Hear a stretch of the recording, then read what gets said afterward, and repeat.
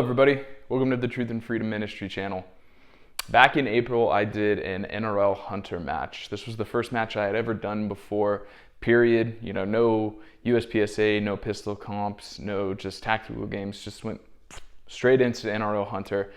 Me and a buddy of mine who I've been training with for some time both did it together as a team.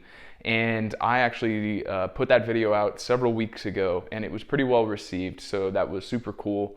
Thank you everybody that decided to give it a watch, and even more so gave a subscribe. I did want to do a follow-up video, and this is going to be more of like a companion video, because that first one really gave a lot of detail on what we did beforehand, what the match was like, what the conditions were like, what our takeaways were. So that really has a lot of the meat and potatoes and the analysis of it, but I know everybody loves a good gear breakdown video. So today that's what I'm going to be going over, is essentially what's the equipment that I used, starting with the rifle, you know, kind of what I wore on body, and then making my way to the pack and anything I felt like I needed. And it turns out some stuff I didn't use, some stuff came really handy, just like every other gear breakdown video you've seen. So nothing earth-shattering, but this is, you know, what I took, and it might give you a good baseline of how you might perform when you go and what you might need to have. And hopefully it's not just everything under the sun and you're spending thousands and thousands of dollars, but you can't just get away with not some level of investment. So hope you enjoyed this one. Okay, so starting off, here's the rifle I took. This is a Tikka CTR, and this is going to be in the .308 caliber. This actually is something that I put together during COVID, and I was really interested in getting into long range, and this is kind of where all of the development started. But I did not ever anticipate I was going to be, you know, doing some type of competition with this. I'm not really much of a hunter, but I think all of what NRL Hunter offers is just super awesome real world applicability, and it certainly has gotten me more interested in that area. So I would say just a bit of an overview on this.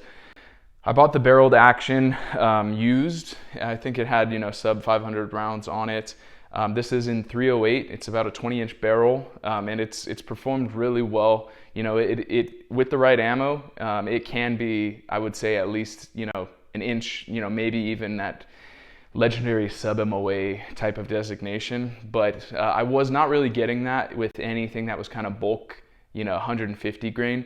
It really was when I started to put more investment and starting to go with, you know, federal gold medal, federal, you know, center strike type ammunition, is when it's really started to perform, and that is what I took to NRL. So as you can see here, you know, this is going to be that gold medal center strike. It's a bit cheaper than the gold medal match with the Sierra Match King bullet, and this one really prefers 168 grain versus 175 grain. So I found a very strong difference when I was comparing ammo loads. So I do know that this is kind of, you know, the ticket for me, and it does save me a few bucks versus going with the gold medal match with the Sierra Match. So that is nice for something like this. What the chassis that I have is a KRG X-ray chassis. Similar to the barreled action, I actually bought the chassis used, and it has done great. I actually, you know, for a long time was like, oh, I should have gone with a heavier chassis, but then getting into something like NRL, where you do want to necessarily prioritize some weight and just not be lugging around just an absolute boat, you know, like you would maybe for PRS. It does take, maybe it's, you know, considering like it's not necessarily the most balanced, and that's still something that I'm working on with this setup, is like, hey, what does it mean to really balance a rifle so that I can just put it on a tripod and on a bag, and it's not going to be, you know, front heavy or rear heavy, because as it stands, I do believe it's a little more front heavy. So KRG chassis, this has worked great. The X-ray is the one that I have, but there's also the Whiskey, and there's the Bravo. Whiskey's going to be more expensive. The Bravo is going to be a little bit more of a traditional hunting stock, and so I can say I definitely recommend it.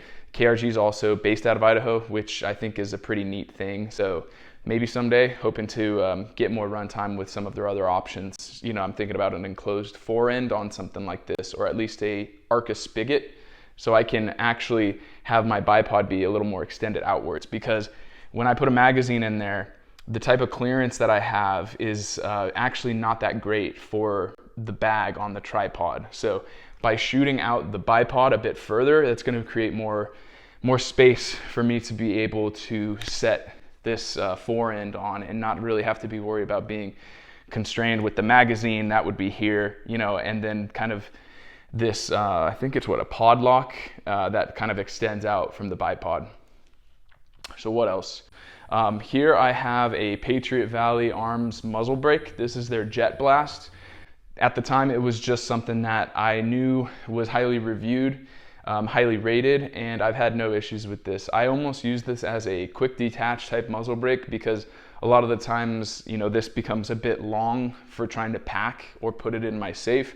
So I can remove this, I can put my thread protector on, and then I actually experience no zero shift when I put this on and off. So it almost kind of has that zero retention that you'd have with a suppressor. So that's pretty cool.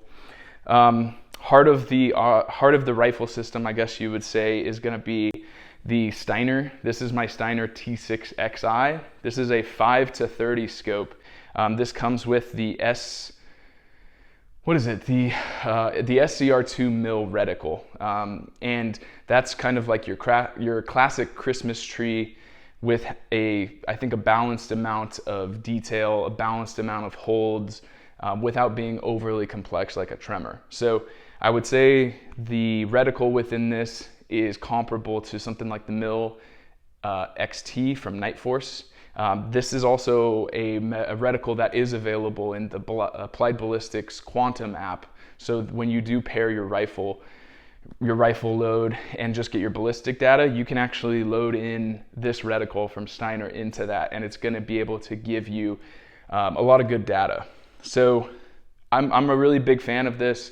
I don't want to go too much into detail with this scope, but I am a big Steiner fan. The glass quality on this is tremendous. I like the 5-30 range. If I am at 30, I can kind of get too tempted, you know, to push higher in magnification than I probably need for NRL, and that bit me in the butt on a few stages, just being above 15 power, which really turns out it wasn't super necessary for the match. I also have the Nightforce rings. I think they're the ultralight rings. I don't have much to report on them. They do exactly what I need them to do. They are lightweight.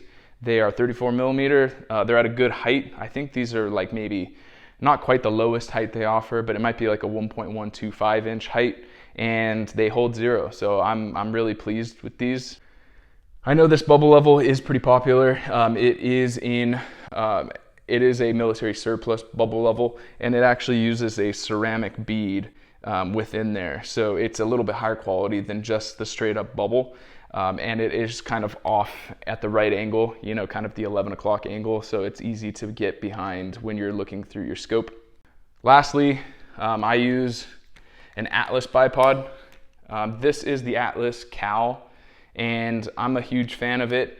I know that on something like NRL Hunter, a lot of people are using the MDT SkyPod.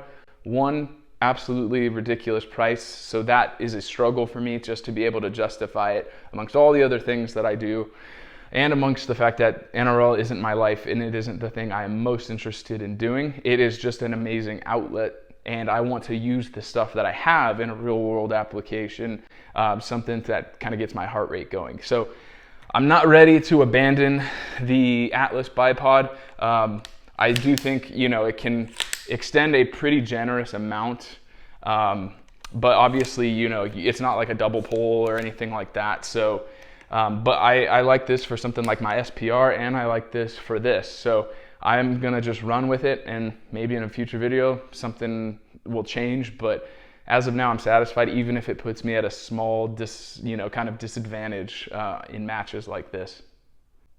Okay, kind of going along with the rifle, a couple other things that I brought with me, all of them actually from MDT. Chamber flag, these come with anything whenever you buy from them. I didn't need it, but it's always something that's good to have when it comes to matches.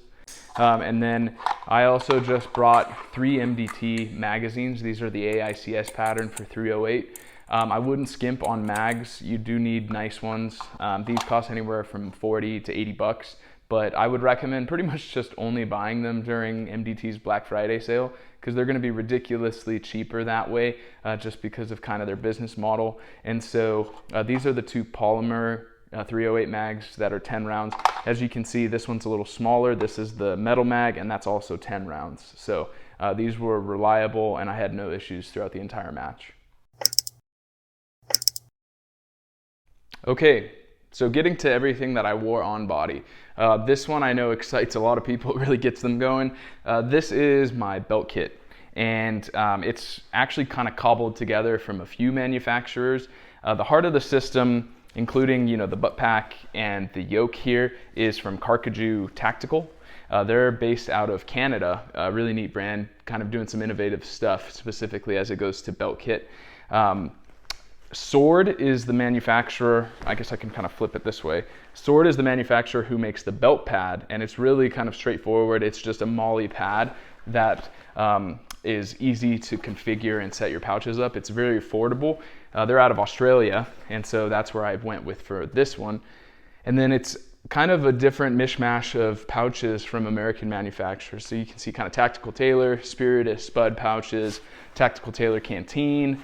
This one, I don't think it's Tactical Tailor, but it's another canteen pouch. And then at the end here, I have just a pouch from Spiritus. So I would say that this isn't really designed to be used for NRL Hunter, but what I will tell you is that it's designed to be used for all of the stuff that I do, and it's super versatile. It's probably one of my favorite things that I own, because it can really do whatever I need it to.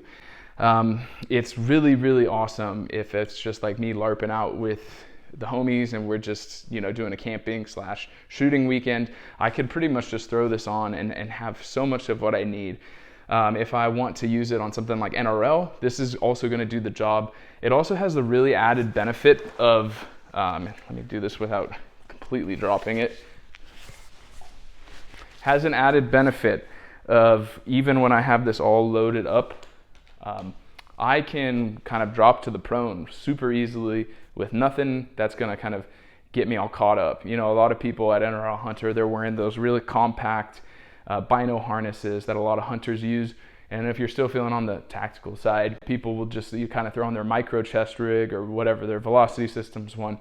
My buddy has a split rig Velocity Systems, and that's what he wore. And that worked really well because he can similarly kind of just zip it down, open it up, and then he can still go to the prone flat. And that's kind of a neat thing in something like a sniper match or a marksmanship match, where going into the prone is something that you are going to do for sure. And it just kind of makes life a little easier. Going quickly over how I loaded it up, I kept my multi-tool in here. I have attached just some Bass Pro kind of lens cleaner cloth, which is nice just for optics, anything like that, your binos.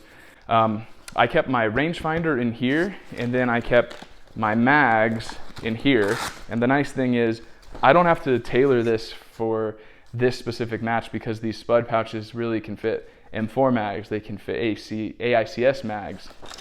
I put water in both of these canteen pouches, which was nice because each stage has a refill station, and instead of just having to lug out of your pack or on the side pouches to be able to get water, you can just kind of keep it on body with you.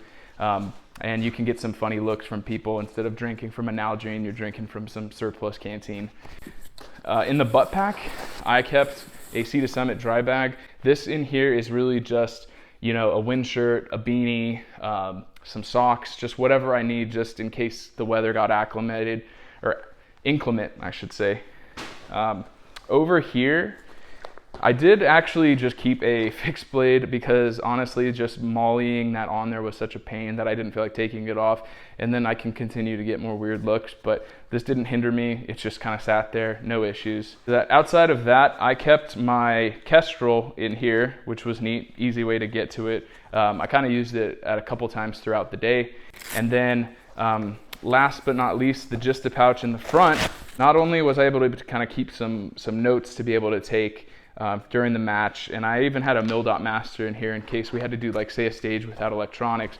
But the Gista is a really great way to be able to carry your binos. So they go in and out of there super easily. So I would say there's a great benefit because a lot of the times it's kind of hard to find ways to be able to carry binos on kit like this. And it's somewhat of a non-intrusive way to do that, just kind of held off to the side. So that is the belt kit. And what I like about, I guess I should speak to the Carcajou yoke, is that it is exposed. It's not just, you know, a ton of material that's going to create a heat soak just on your back, or you're just going to be sweating. It's really breathable, and it's also a 6-point yoke system, so it's a little more resilient, and you're not just going off of, you know, 4 attachment points. It's really stable. So a few other key pieces of equipment that kind of fall within the rifle slash, you know, belt kit type of use case. One and most important of all of them is my rear bag. This is the Armageddon Gear Game Changer. This is the size medium. This is with the heavy fill. This is the Glock 19 of bags. I would say there's already 50 plus videos on it on why you need to have this.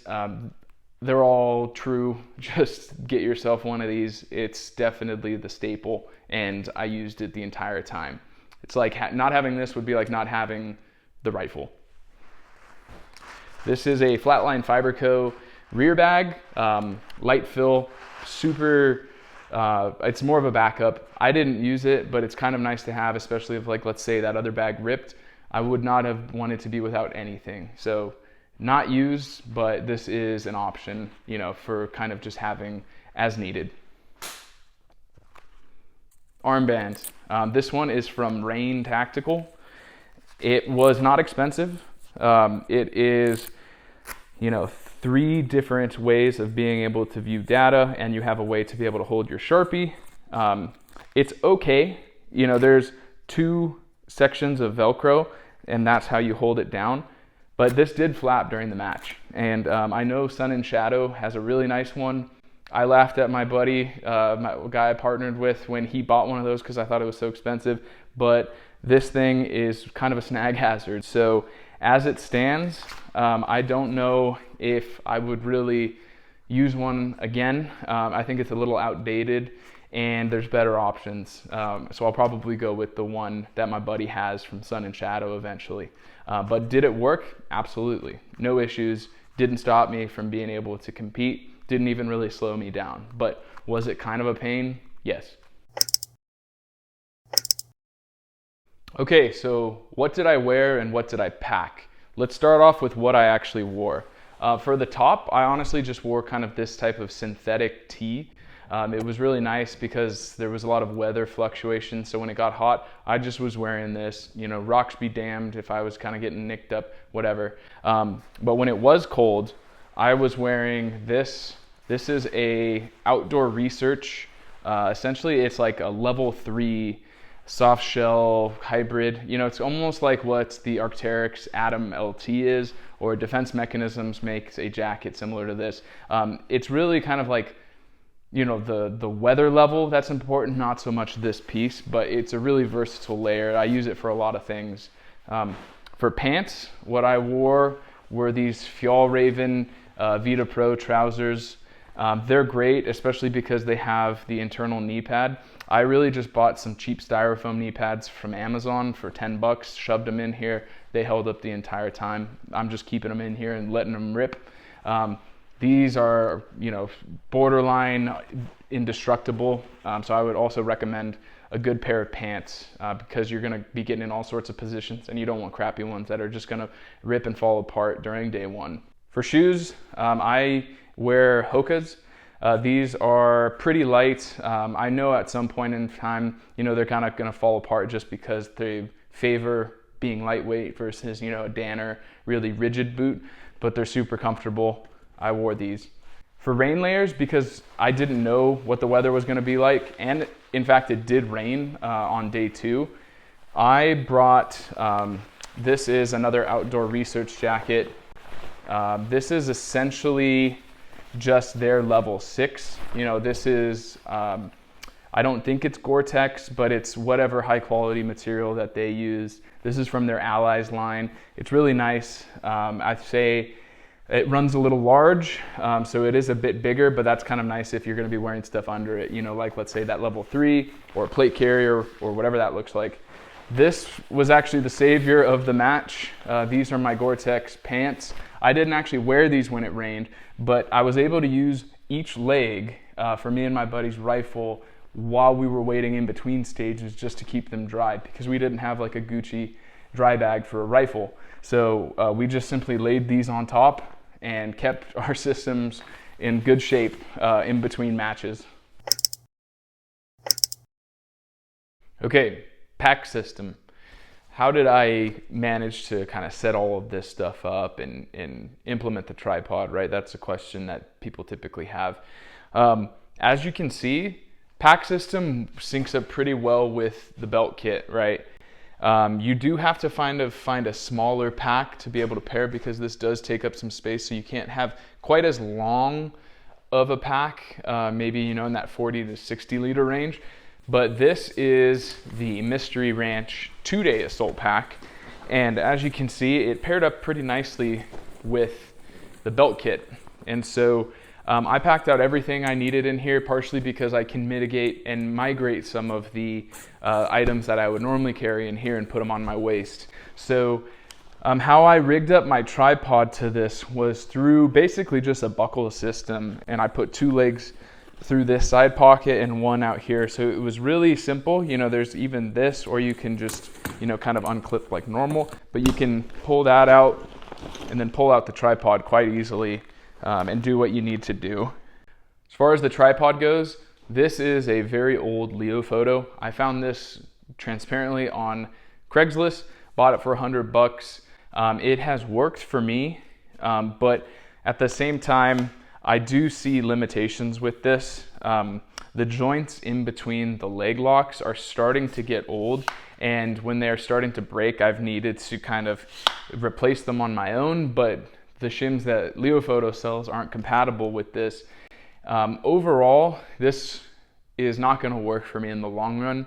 Eventually, this is just going to be a backup tripod, something I can give someone else just to be able to use, you know, for their first experiences. I am looking at either a Fat Boy or I guess a 2 Vets, and I do want to get an inverted tripod setup just so you can have your center controls all be up higher and you can kind of extend as needed and let gravity fall instead of awkwardly, you know, kind of using the bottom.